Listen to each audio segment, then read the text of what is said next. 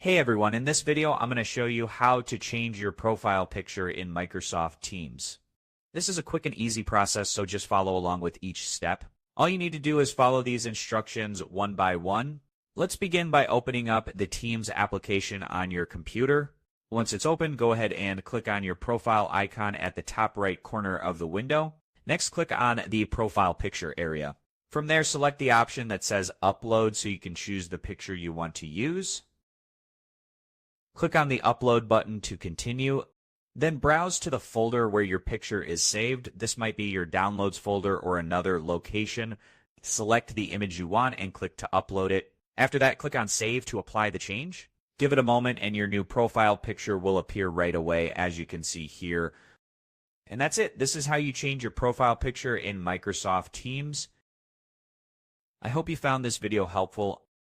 As always, thank you for watching.